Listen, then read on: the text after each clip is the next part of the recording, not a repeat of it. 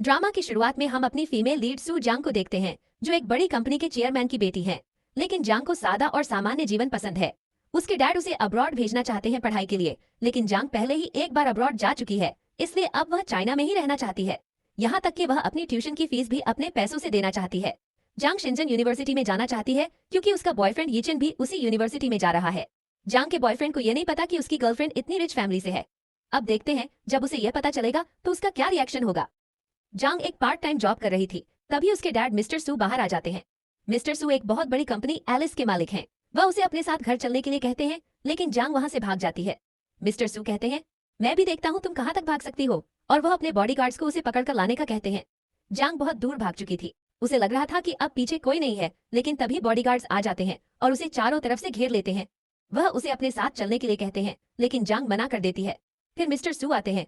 जांग उनसे कहती है, आपके कहने पर मैं अब्रॉड चली गई थी, अब इतने साल बाद वापस आई हूँ, लेकिन फिर से वहां नहीं जाना चाहती। मिस्टर सू कहते हैं, तुम भाग क्यों रही हो, मैं तुम्हें यह दिखाना चाहता था। जांग देखती है कि उसके डैड ने शेंजन यूनिवर्सिटी में उसका एडमिशन करा दिया है। यह सुनकर वह बहुत खुश हो जाती है। अगले दिन मिस्टर सू जांग को हेलीकॉप्टर से यूनिवर्सिटी छोड़ने जाते हैं, लेकिन वहां एक समस्या हो जाती है क्योंकि शेंजन यूनिवर्सिटी में कोई लैंडिंग पैड नहीं था। जांग कहती है, मैं अपने यूनिवर्सिटी के ग्रुप में किसी से पूछती हूँ। वह अपने क्लास ग्रुप में एक मैसेज भेज देती है, किसी को अगर पता हो कि यहाँ कहीं हेलीकॉप्टर का लैंडिंग पैड हो तो बताइए। अगले सीन में हम 3 दोस्तों को देखते हैं, यीचिन, लिली और यूना। उन्होंने भी शेंजन यूनिवर्सिटी में एडमिशन लिया है। वे लोग बात कर रहे होते हैं कि उनकी क्लास में एलिस कंपनी के मालिक की बेटी आने वाली है। यूना कहती है, अगर हमारी उसकी दोस्ती हो जाए तो हम यहाँ बहुत घूमने जा सकते हैं। तभी वे लोग क्लास ग्रुप में जांग का मैसेज देखते हैं। यीचिन मन में सोचता है, यूनिवर्सिटी के पहले दिन ही यह जांग क्लास ग्रुप में मजाक कर रही है। यूना और लिली कहती हैं, कितनी अजीब लड़की है, हेलीकॉप्टर की बात कर रही है, इसका बस चले तो अपनी आप को एलिस कंपनी की बेटी कहने लगे। फिर वे लोग देखते हैं कि बाहर बहुत महंगी कारें आ रही हैं और उन्हें लगता है कि इसमें जरूर एलिस कंपनी की यंग लेडी आई होगी।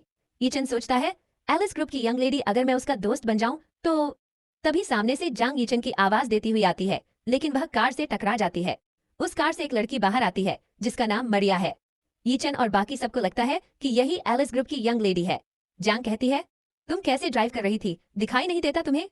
मरिया कहती है, तुम ब्लाइंड हो जिसे बाइक चलानी नहीं आती। जांग कहती है, एक तो तुमने मुझे टक्कर मारी, ऊपर से मुझे ब्लाइंड बोल रही हो। मरिया कहती है, अगर मैंने तुम्हें हिट भी कर दिया तो क्या, तुमसे मुझे माफी मांगनी चाहिए। यह सुनकर जांग को और गुस्सा आ जाता है, लेकिन यीचन उसे कहने लगता है, तुम बहस करना बंद करो, अच्छा होगा तुम उस यंग लेडी से सॉरी बोल दो। जांग कहती है, यंग लेडी। यीचन उसे बताता है, ये एलिस ग्रुप के चेयरमैन की बेटी है। यह सुनकर जांग शॉक्ड हो जाती है। यीचन मरिया से कहता है, यह कंट्री साइड गर्ल है, इसे यहाँ के मैनर्स नहीं पता। मरिया सोचने लगती है, अच्छा हुआ मेरे डैड ने एलिस ग्रुप से ये कार की चाबी चुरा ली थी। इन सभी को लग रहा है मैं ही एलिस ग्रुप की यंग लेडी हूँ, अब मजा आएगा इस यूनिवर्सिटी में। जांग कहती है, यीचन कोई मिसअंडरस्टैंडिंग हो गई है, ये एलिस ग्रुप की यंग लेडी कैसे हो सकती है। मरिया कहती है, मैंने एक्सपेक्ट नहीं किया था तुम लोग मुझे पहचान लोगे, हाँ मैं ही चेयरमैन की बेटी हूँ। यीचन कहता है, अरे तुम यहाँ सबसे अलग हो, हम कैसे नहीं पहचान पाते। फिर वे तीनों खुद को इंट्रोड्यूस करते हैं। जांग मन में सोचती है, क्या मेरे डैड की कोई दूसरी बेटी भी है। जांग उससे पूछती है, क्या तुम सच में यंग लेडी हो। लिली कहती है, तुम पागल हो, ये लिमिटेड एडिशन कार में आई है, तुम्हें क्या लगता है ये कौन है। जांग उन कारों को देखती है और उसे याद आता है कि ये तो उसकी मम्मी ने उसे बर्थडे पर गिफ्ट की थी। वह कहती है, ये सभी मेरी हैं। ये सुनकर सभी लोग हंसने लगते हैं। यीचन कहता है, तुम ये कहना चाहती हो कि तुम एलिस ग्रुप की यंग लेडी हो। जांग कहती है, हाँ। मरिया उसका मजाक उड़ाने लगती है, तुम तो हेलीकॉप्टर से आई थी ना, दिखाई नहीं दे रहा तुम्हारा हेलीकॉप्टर। जांग कहती है, हमारी यूनिवर्सिटी में हेलीपैड नहीं है, इसलिए हमें होटल में लैंड करना पड़ा। यीचन कहता है, ये सब छोड़ो, तुम यंग लेडी से सॉरी बोल दो। जांग कहती है, तुम मेरे बॉयफ्रेंड होकर इसकी साइड क्यों ले रहे हो। इस पर यीचन कहता है, मैं तुमसे डरता नहीं हूँ, ये सब हमारे अच्छे के लिए है, समझो। जांग यीचन से कहती है, तुम्हें सच में लगता है ये यंग लेडी है। यीचन कहता है, इतनी एक्सपेंसिव कार किसके पास होगी, बताओ। जांग मरिया से कहती है, ये सच में तुम्हारी कार है। मरिया कार की चाबियां दिखाती है। जांग उसे चाबियां लेकर कारों को लॉक कर देती है। मरिया कहती है, तुमने क्या किया, मेरी कार अनलॉक नहीं हो रही है। जांग कहती है, क्या तुम नहीं जानती, इन कारों में एक ऐसा सिस्टम है, इनमें वॉइस पासवर्ड डाला जा सकता है, तुम इन कारों की असली मालिक को अपनी आवाज से इन्हें अनलॉक कर सकती हो। मरिया कहने लगती है, हाँ हाँ मुझे यह पता था। जांग उसे अपनी आवाज से कारें अनलॉक करने कहती है। यीचन और लिली मरिया से कहते हैं, तुम कारों को अनलॉक करके दिखाओ कि तुम इनकी असली मालिक हो। मरिया अपनी आवाज से कारों को अनलॉक करने की कोशिश करती है, लेकिन कुछ नहीं होता। फिर वह बहाना बनाती है कि कुछ दिनों से उसका गला खराब है, इसीलिए कारों का डिवाइस उसकी आवाज पहचान नहीं पा रहा है। जांग कहती है, अब तो झूठ मत बोलो। इस पर लिली कहती है, मरिया का गला खराब है। यूना कहती है, तुम इतना बोल रही हो, तुम ही जाकर दिखाओ, अगर ये तुम्हारी कारें हैं तो।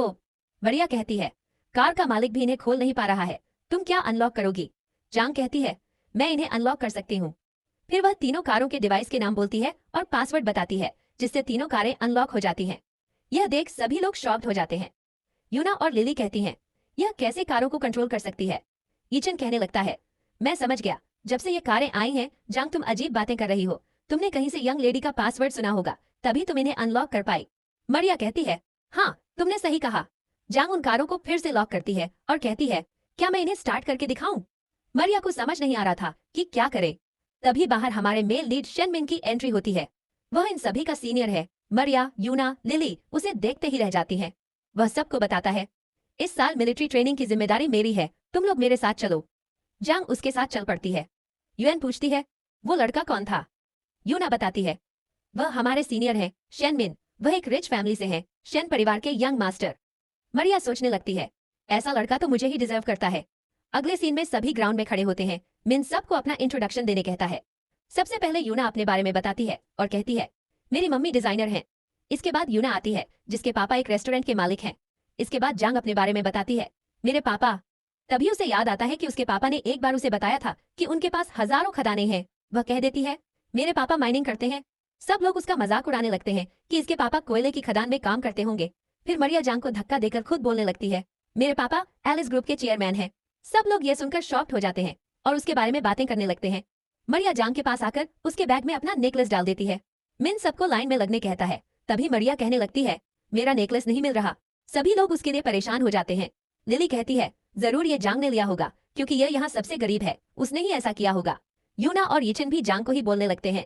कुछ लड़कियां जांग के बैग को चेक करने लगती हैं। जांग के बैग में नेकलेस मिल जाता है। जांग कहती है, ये तुम्हारा नेकलेस नहीं है, ये मेरे डॉग का कॉलर है। यीचन कहता है, तुम्हें क्या हो गया है? तुमने किसी का नेकलेस चुराया और कह रही हो ये तुम्हारे डॉग का कॉलर है।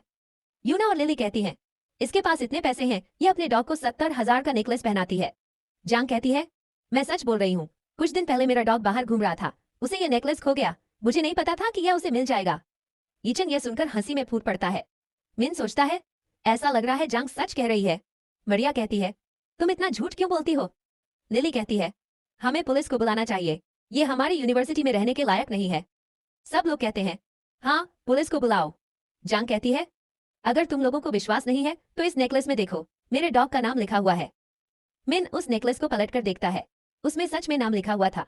मरिया कहती है, यह मेरा निकनेम है। जांग कहती है, सच में? और उसके नाम का मजाक उड़ाने लगती है।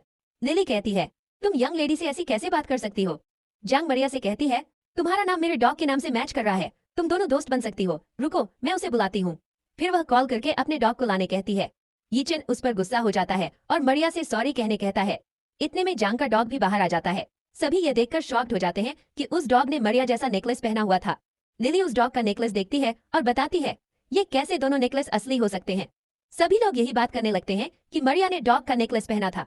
इस पर जांग कहती है, इसमें क्या है, मरिया मेरे डॉग से मैच करना चाहती थी, लो मैं तुम्हें ये नेकलेस पहनाती हूँ। मिन सोचता है, जांग तो काफी इंटरेस्टिंग लड़की है। मरिया गुस्से में कहती है, ये मेरा नेकलेस है, मैं मिलिट्री ट्रेनिंग में पार्टिसिपेट नहीं कर सकती, और बाहर चली जाती है। यीचन, यूना और लिली भी उसके पीछे चले जाते हैं। रात में जांग मिस्टर सू से वीडियो कॉल पर पूछती है, डैड क्या आपकी कोई दूसरी बेटी भी है? मिस्टर सू कहते हैं, नहीं ऐसा कुछ नहीं है। जांग कहती है, मजाक कर रही हूँ मैं।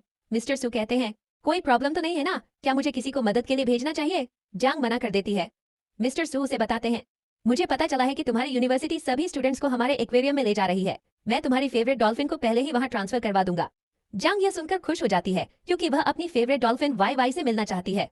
यहाँ माइंड किसी से कॉल पर मरिया के बारे में पता करने कह रहा था क्योंकि उसे विश्वास नहीं था कि वह एलिस ग्रुप की यंग लेडी है।